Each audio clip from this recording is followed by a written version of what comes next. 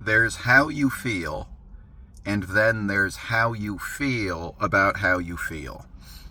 And the latter is more important. My relationship to my emotions is so much more important than the emotions themselves. And I'm not saying that the plain fact of the emotions is not important. It's as significant as anything else about what is. But it's how we relate to and respond to those emotions that actually determine our overall well-being. I was reading a book about managing anger back in 2018. I wish I knew what the book was called, but it's just, I didn't get very far into it. I only read about the first chapter because I was annoyed with what it said, which is that anger is a natural human emotion. And the goal of this book is not to get rid of anger, not to try to make sure that it never arises for us ever again. It's to change how we relate to it, how we respond when we feel anger. And I was annoyed reading that because I was like, but I came here to find the get rid of anger solution. I came here to find the make sure that anger never appears ever again in my entire existence. I was looking for that solution. I was looking for a magic solution to anger.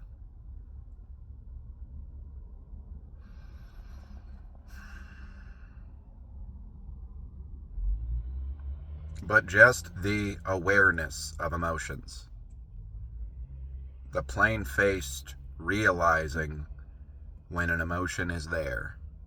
It's so incredibly simple, but it's not easy. And that takes you a heck of a lot farther than trying to be rid of any unpleasant emotions.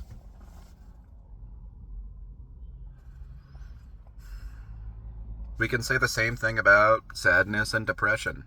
I was talking to some people recently, and I made a video on this channel before about the fact that I am pretty prone to being sad and depressed. Or at least we can rephrase it as I am pretty prone to having the experience of sadness. Almost all the time, I'm at least a little bit sad. Or again, rephrasing because we're trying not to identify with the emotion. Almost all the time there is an experience of at least a little bit of sadness mixed in with the whole concoction of emotions that I may experience. But I was telling people, I think that this offers me a very counterintuitive advantage that maybe some people don't have. Which is that the experience of sadness doesn't bother me so much. Because I've been used to it for such a long time. So if somebody else suddenly starts feeling some sadness, they might start panicking at that sadness and being like, oh my gosh, is this permanent? Am I ever going to feel happy ever again? And when I experience sadness, I have lived with it so long that I not only have a whole bunch of mechanisms to move forward, even through the sadness. I know how to address it. But it also doesn't elicit this panic response. I don't have this sense of that sadness should not be there. Again, sadness is an inevitable part of being human, just as is all other emotions.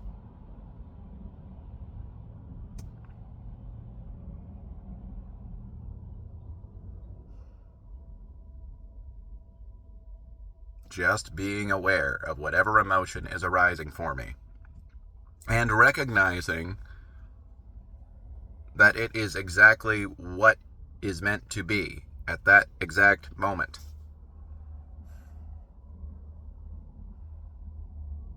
That ironically erases so much distress.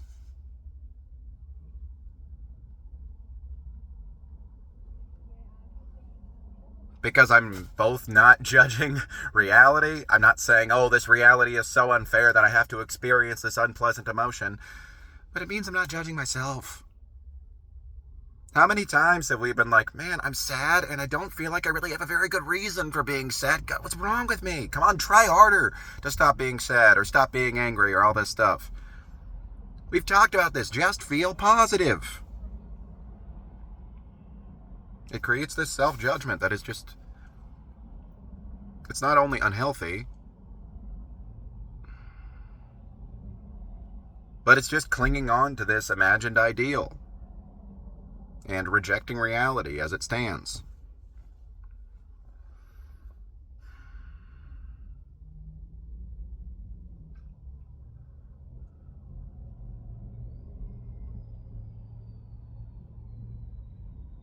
How I view everything outside of me,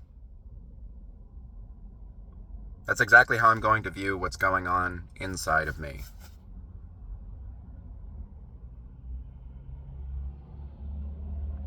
And so by cultivating this all-encompassing acceptance of whatever my internal state is, it also makes me a lot more accepting of the world around me. Makes me a lot more accepting of other people's emotions. And just other people's general state, the way that they are.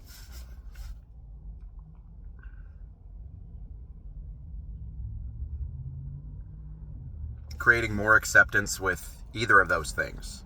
That which is outside of you and that which is within you. It feeds into the other so beautifully. And so seamlessly.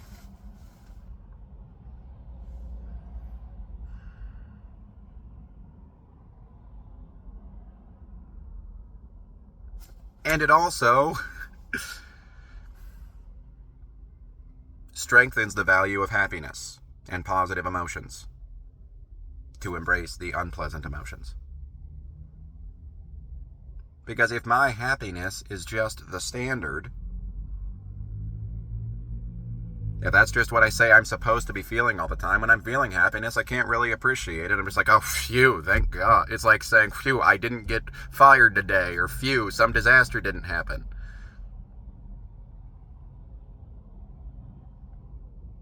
It's not really appreciating the happiness for what an excellent part of this existence it is.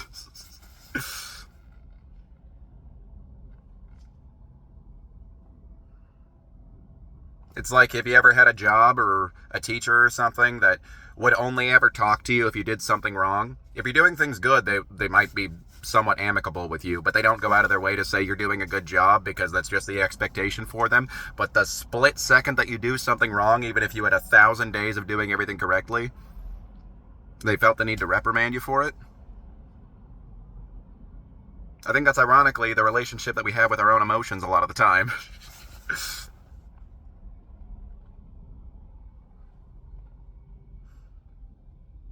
Also, when I experience positive sensations, I have less of a compulsion now than I used to try to grasp onto it anxiously. Oh my God, I'm feeling so good now. Okay, keep feeling that good from now on. Let me plan into the future how I'm going to make sure that this happiness follows me through going to work tomorrow and, going to the DMV, which is annoying. And, maybe if I have a commute home, how can I stay this happy even if that's happening? Ah! It completely defeats the happiness by trying to hold it too close to you. By trying to keep it from being anything but what it is, which is a natural, flowing phenomenon. Like all emotions.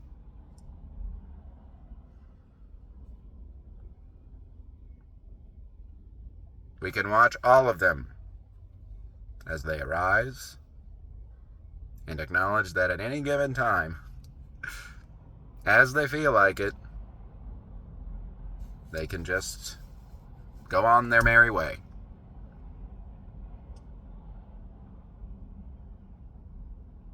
And what I am, and what you are, what all of us are, at our true essence, at our core, remains fundamentally the same.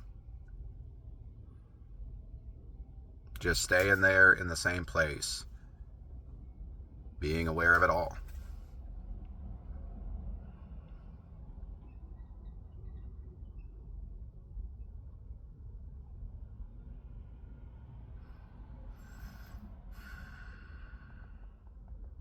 It's all okay, even when it isn't.